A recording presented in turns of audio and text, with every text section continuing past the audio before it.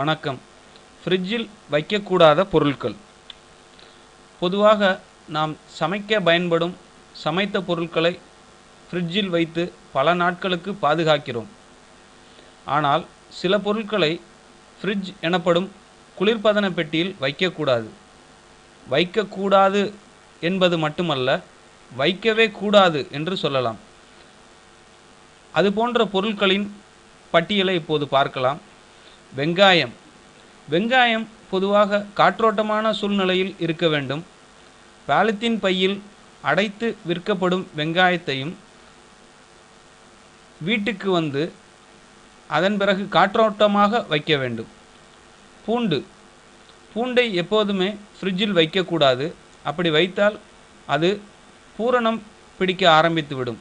அதனை காற்றோட்டமான சூழலில் வைக்க வேண்டும். பூண்டுகளை வாங்கி வந்ததும் அதனை தனித்தனி பல்லாக பிரித்து எடுத்து வைக்கலாம். உருளைக்கிழங்கு. உருளைக்கிழங்குகளை ஃப்ரிட்ஜில் வைக்கக்கூடாது. அதுபோலவே அதனை கழுவியும் எடுத்து வைக்கக்கூடாது. உருளைக்கிழங்குகளில் பச்சை வேர் மற்றும் பச்சை நிறம் இல்லாமல் பார்த்து வாங்க வேண்டும். காற்றோட்டமான சூழலில் வைக்க வேண்டும். பாலித்தீன் பையில் வைக்கக்கூடாது. தேன். உலகத்திலேயே கெட்டுப்போகாத உணவுப் பொருள் என்று ஒன்று உண்டு என்றால் அது தேன்தான். ஆனால் நாம் இப்போது கடைகளில் வாங்கப்படும் தேன் சுவை மற்றும் பலவற்றுக்காக பலவித பொருட்கள் கலக்கப்பட்டு வருகிறது. எனினும் தேனை ஃப்ரிட்ஜில் வைத்து பராமரிக்கக்கூடாது. வாழைப்பழம். வாழைப்பழத்தை ஃப்ரிட்ஜில் வைத்தால் அது விரைவில் கெட்டுப்போய் தோல் கருத்துவிடும். எனவே வாழைப்பழத்தை ஃப்ரிட்ஜில் வைக்கக்கூடாது. பூசணிக்காய். பூசணிக்காயை நன்கு காற்றோட்டமான இடத்தில்தான் வைக்க வேண்டும்.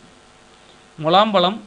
கடையிலிருந்து முழுதாக, அதாவது முழுமையாக, முழு பழமாக வாங்கி வந்த முலாம்பழத்தை ஃப்ரிட்ஜில் வைக்கக்கூடாது. அவ்வாறு வைத்தால் முலாம்பழத்தில் இருக்கும் சில சத்துக்களை பழம் இழந்து விடுகிறது.